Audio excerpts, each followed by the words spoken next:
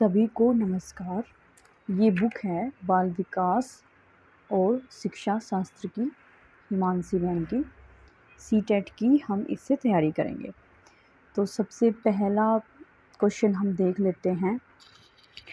मनुष्य जन्म से स्वतंत्र होता है लेकिन हर जगह जंजीर से बंधा रहता है। यह कथन किसका है? तो यह कथन Abraham Maslow, Jean Jacques Rousseau, John Dewey या फिर WII किलपैट्रिक। तो जो इसका आंसर होगा 2, Jean Jacques Rousseau. Jean Jacques Rousseau ने ये कथन कहा है। मुझे 1 दर्जन स्वस्थ बच्चे दे दो, मैं उन्हें डॉक्टर, न्यायाधीश, भिखारी और यहाँ तक कि चोर भी बना सकता हूँ। तो ये तो इजी क्वेश्चन है, सबको ही पता होगा। वॉटसन ने सबकी वाट लगा दूंगा, मतलब इस तरीके से हम इसको याद कर सकते हैं, सबकी वाट लगा दूंगा।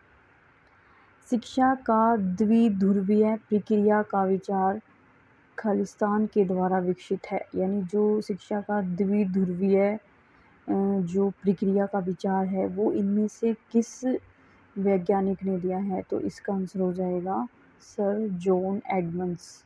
सेकंड, सर जॉन एडमंड्स ने द्विध्रुवीय प्रक्रिया का विचार दिया है।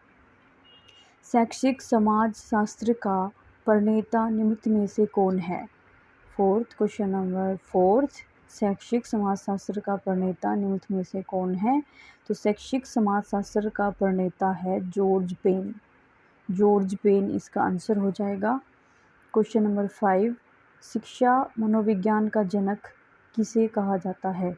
यानी जो शिक्षा मनोविज्ञान के जनक है, किसको इनमें से माना गया है? शिक्षा मनोविज्ञान का जनक तो भी माना गया है EL थॉर्नडाइक को। शिक्षा की त्रिध्रुवीय प्रक्रिया किसके द्वारा दी गई है?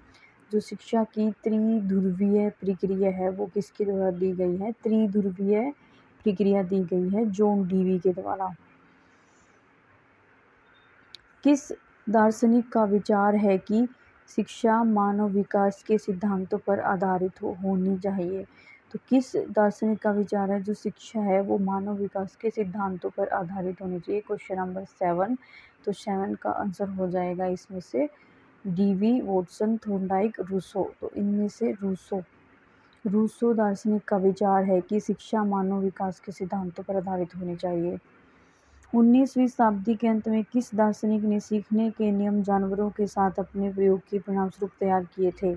तो 19वीं शताब्दी में, क्वेश्चन नंबर 8, 19वीं शताब्दी के अंत में सीखने के नियम, ये वाली लाइन जहाँ भी दिख जाए इसका आंसर हो जाएगा थॉर्नडाइक।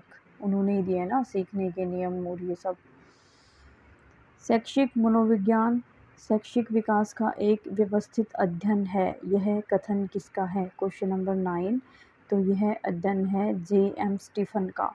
शैक्षिक मनोविज्ञान शैक्षिक विकास का एक व्यवस्थित अध्ययन है, यह कथन किसका है? JM Stephen. क्वेश्चन नंबर 10, निम्न में से कौन सा अधिगम का साहचर्यवाद का सिद्धांत नहीं है? साहचर्यवाद का सिद्धांत इसमें से, क्वेश्चन नंबर 10, तो इसमें से हमें बताना है इसमें से कौन सा है? अनुकूलित अनुबद्धता का नियम, गेस्टाल्ट का सिद्धांत, उद्दीपन अनुक्रिया का सिद्धांत, क्रिया प्रसूत अनुबंधन का सिद्धांत। तो इसमें से साहचर्यवाद का सिद्धांत नहीं है हमें बताना है। तो क्वेश्चन नंबर 3 का हो जाएगा थर्ड आंसर। क्वेश्चन नंबर 10 का थर्ड आंसर हो जाएगा उद्दीपन अनुक्रिया का सिद्धांत सहचर्यवाद का सिद्धांत नहीं है। क्वेश्चन नंबर 11, गेस्टाल्ट सिद्धांत की अभिधारणा है कि तत्वों को स्वरूप के अनुसार समूह में रखना चाहिए, यह खालिस्तान का सिद्धांत है। तत्वों को किस समूह में रखना चाहिए? तो इसका नंबर हो जाएगा 2, यह समानता का सिद्धांत है। तत्वों को स्वरूप के अनुसार, समानता का सिद्धांत। वैज्ञानिक मनोविज्ञान का जनक माना जाता है। वैज्ञानिक मनोविज्ञान का जनक इनमें से किसको माना जाता है? विलियम वुंट को माना जाता है।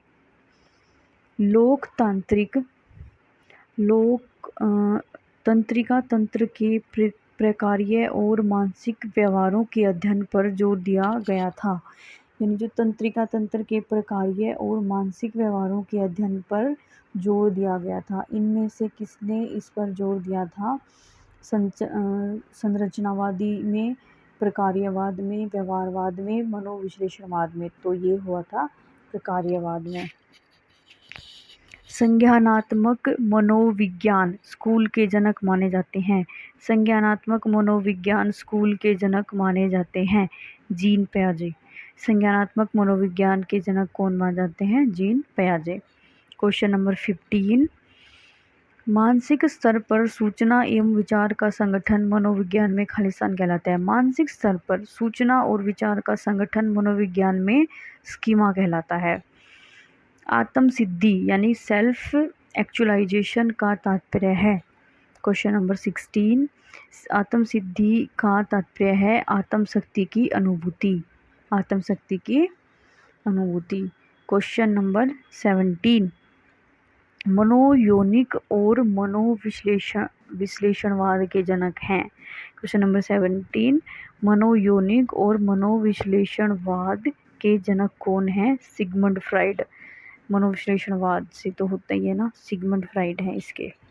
काफ़ी इम्पोर्टेंट क्वेश्चन है सिगमंड फ्राइड वाला। अब आ जाते हैं हम क्वेश्चन नंबर 18, वह विषय वस्तु या घटना जो व्यवहारिक प्रतिक्रिया का जनक होती है कहलाती है।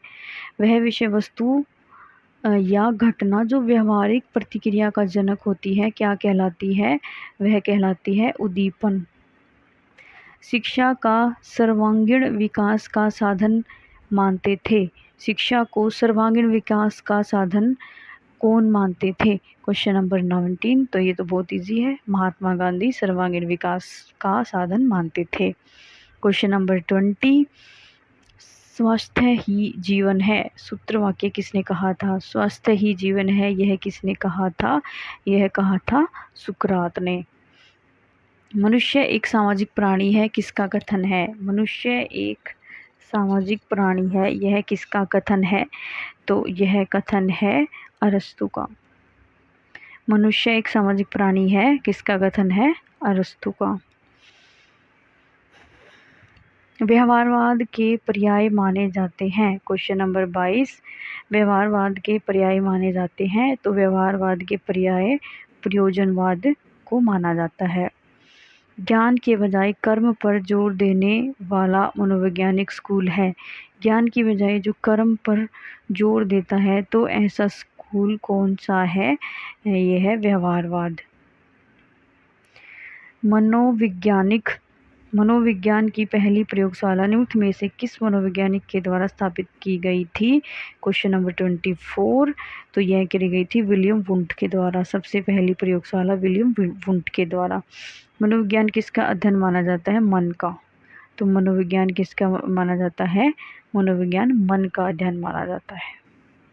तो ये हमारे 25 क्वेश्चन थे important. Thank you so much.